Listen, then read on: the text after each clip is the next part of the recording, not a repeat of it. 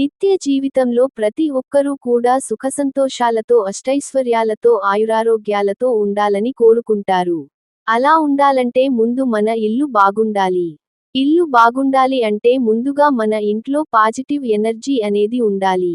Positive energy ఉండాలంటే నిత్యం ఇంట్లో నిత్య దీపారాధన చేసుకోవాలి.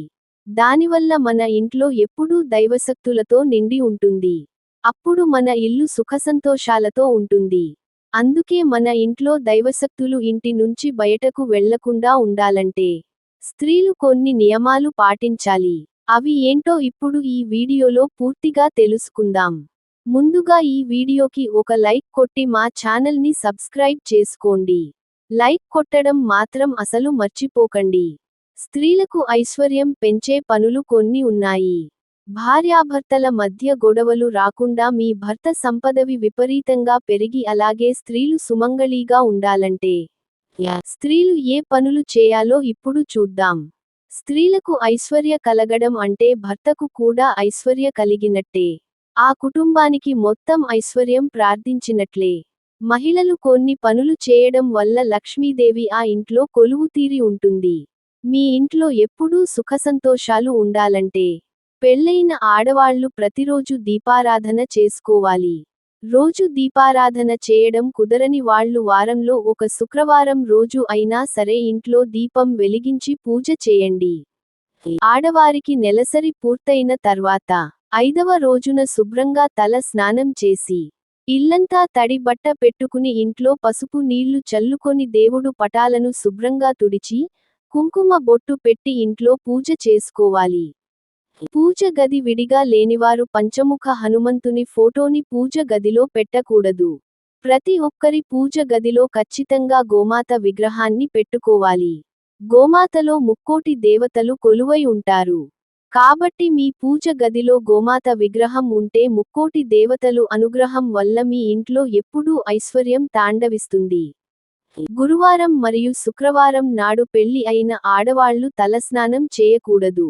ఇలా చేస్తే మీ ఇంట్లో ఉన్న లక్ష్మీదేవి బయటకు వెళ్ళిపోతుంది. దీనివల్ల మీ ఇంట్లో డబ్బు కష్టాలు ప్రారంభమవుతాయి. అయితే ఇంట్లో పూజలు చేసే వారికి మాత్రం ఈ నియమం వర్తించదు.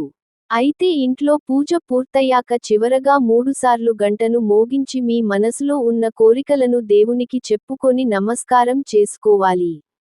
ఇలా చేస్తే మీ మనసులో అనుకున్న కోరికలు అన్నీ నేరుగా దేవుని పాదాల దగ్గరకు వెళ్తాయి. కాబట్టి ఇంట్లో పూజ పూర్తయ్యాక ఖచ్చితంగా 3 సార్లు గంటను కొట్టి దేవునికి నమస్కారం చేసుకోండి. అలాగే మీ ఇంట్లో పూజ చేసే వాళ్ళు మీరు తినే ఆహారంలో ఉల్లిపాయ లేకుండా చూసుకోండి. అలా చేస్తే మీరు ఉపవాసం చేసినంత పుణ్యఫలితం లభిస్తుంది. పెళ్లి అయిన ఆడవాళ్లు కాళ్లకు పసుపు రాసుకొని నుదుటన కుంకుమ బొట్టు పెట్టుకుని ఎప్పుడూ కలకలలాడుతూ ఉండాలి. ఇలాంటి ఇళ్లలో లక్ష్మీదేవి స్థిర నివాసం ఉంటుంది. అలాగే ఆడవాళ్లు ఎల్లప్పుడూ మీ చేతులకు గోరింటాకు పెట్టుకోవాలి. గోరింటాకు సౌభాగ్యానికి గుర్తు. ఏ స్త్రీ అయితే గోరింటాకు పెట్టుకుంటుందో ఆ స్త్రీ యొక్క సౌభాగ్యం నిండు నూరేళ్లు ఉంటుంది. ఆడవాళ్లు 2 చేతులకు కలిపి కనీసం 12 గాజులు తక్కువ ఉండకూడదు. అయితే మనలో చాలామందికి భర్త చనిపోయినట్లు అలాగే భార్య చనిపోయినట్లు పీడకలలు వస్తూ ఉంటాయి. ఇలాంటి కలలు ఎవరికైనా వస్తే చాలా మంది భయపడిపోతూ ఉంటారు. కానీ భర్త చనిపోయినట్టు కల వస్తే అది చాలా శుభప్రదం. దీని అర్థం ఏమిటంటే మీ భర్త ఆయుస్సు పెరుగుతుందని సంకేతం. ఇలాంటి కలలు వచ్చినప్పుడు వీటిని ఎవరితోనూ చెప్పకూడదు. అలా చెప్తే మీ భర్తకు మంచిది కాదు. ఆవు నెయ్యితో ఇంట్లో దీపారాధన చేస్తే మీ మనసులో ఉన్న ఎటువంటి కోరిక అయినా సరే త్వరగా నెరవేరుతాయి అని పండితులు చెబుతున్నారు. ఇక విపరీతమైన డబ్బు సమస్యలతో ఇబ్బంది పడుతున్న వారు కొబ్బరి నూనెతో దీపారాధన చేయడం మంచిది. ఇంట్లో ఉన్న ప్రతి ఒక్కరూ కాళ్లకు నల్ల దారాన్ని కట్టుకోవాలి. మన మీద నరదృష్టి పడకుండా ఈ నల్ల దారం మనల్ని రక్షిస్తుంది. ఒక మనిషి మీద నరదృష్టి పడితే జీవితంలో ఎన్నో సమస్యలు ప్రారంభమవుతాయి. కాబట్టి ఆడవాళ్లు మాత్రం ఎడమ కాలికి నల్ల దారాన్ని కట్టుకోవాలి. అదే మనసులు మాత్రం కుడి కాలికి నల్లదారాన్ని కట్టుకోవాలి. అలాగే ప్రతి ఒక్కరి ఇంటి ముందు ఖచ్చితంగా ఒక గుమ్మడికాయను కట్టుకోండి. ప్రతి పౌర్ణమి రోజున ఇంటి ముందు కట్టిన గుమ్మడికాయకి హారతి ఇవ్వండి. గుమ్మడికాయ అంటేనే లక్ష్మీదేవి స్వరూపం. అయితే ప్రతి పౌర్ణమి రోజున లక్ష్మీదేవి భూమిపై సంచరిస్తూ ఉంటుంది. కాబట్టి పౌర్ణమి నాడు గుమ్మడికాయకి హారతి ఇస్తే స్వయానా లక్ష్మీదేవికి హారతి ఇచ్చినట్టే.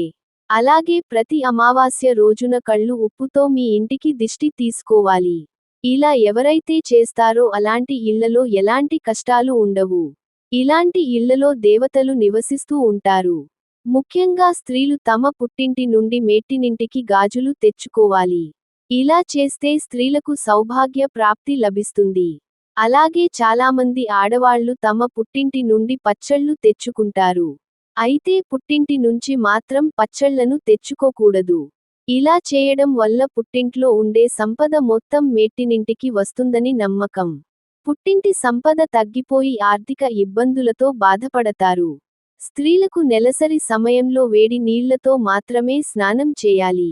చన్నీళ్లతో స్నానం చేయకూడదు. ఇలా చేస్తే స్త్రీలకు అనారోగ్య సమస్యలు వస్తాయి. ఇక ఆడవాళ్లకు నెలసరి పూర్తయిన తర్వాత మీ చేతికి ఉన్న మట్టి గాజులను తీసేసి ఏదైనా చెట్టు దగ్గర పడేసి మీ చేతులకు కొత్త గాజులు వేసుకోవాలి. ప్రతి నెల ఇలా చేయలేనివారు నెలసరి పూర్తయిన తర్వాత మీ గాజులను పసుపు నీటిలో శుభ్రం చేసుకుని వేసుకోవచ్చు. మీ పక్కటివారు ఎవరైనా వచ్చి తోడు పెట్టడానికి కొంచెం పెరుగు అడిగితే అసలు ఇవ్వకండి. పెరుగు అంటే లక్ష్మి స్వరూపం. కాబట్టి ఎవరికైనా మీ ఇంట్లో ఉన్న పెరుగును ఇస్తే మీ ఇంట్లో ఐశ్వర్యం నశిస్తుంది. ఇంట్లో డబ్బు కష్టాలు ఏర్పడతాయి. అలాగే మన ఇంటి గడపని లక్ష్మీదేవి స్వరూపంగా పోలుస్తాము. కాబట్టి ప్రతి శుక్రవారం రోజున ఇంటి గడపలకు పసుపు రాసి కుంకుమ బొట్లు పెట్టుకోవాలి. మీ ఇంట్లో అకస్మాత్తుగా నల్ల చీమలు కనిపిస్తే అది త్వరలోనే మీ ఇంట్లోకి లక్ష్మీదేవి రాబోతుందని సంకేతం. ఏదైనా పక్షి వచ్చి మీ ఇంటి దగ్గర గూడు కట్టుకున్న సరే చాలా శుభసూచికంగా భావిస్తారు. ప్రతిరోజు రాత్రి పడుకునే ముందు ఒక కర్పూరం మీద 2 లవంగాలను పెట్టి కాల్చండి. దీని నుండి వచ్చే పగను మీ ఇల్లంతా వేయండి. ఇలా చేస్తే మీ ఇంట్లో ఉన్న నెగటివ్ ఎనర్జీ తొలగిపోయి మీ సంపద బాగా పెరుగుతుంది. గుడికి వెళ్ళేటప్పుడు ఆడవారు జుట్టు విరబోసుకుని వెళ్ళకూడదు. అలాగే ఇంట్లో పూజ చేసేటప్పుడు కూడా స్త్రీలు జుట్టు విరబోసుకొని పూజలు చేయకూడదు. అలాగే చాలామంది ఇళ్లలో నలుపు రంగులో ఉండే బకెట్లు ఉంటున్నాయి. కానీ పొరపాటున కూడా నలుపు రంగులో ఉన్న బకెట్లు ఇంట్లో ఉండకూడదు. ఇలా ఉంటే మీ ఇంటికి అష్టమ శని దోషాలు ఏర్పడతాయి. ఇలా ఆడవారు ఈ నియమాలు పాటించకపోతే స్వయానా మీరే మీ చేతులతో ఇంట్లో నుంచి లక్ష్మీదేవిని బయట పంపినట్లు అవుతుంది. అందుకే ఆడవారు చాలా జాగ్రత్తగా మీరు వేసే ప్రతి అడుగు కూడా ఆచితూచి ముందుకు వేయాలని పండితులు చెబుతున్నారు.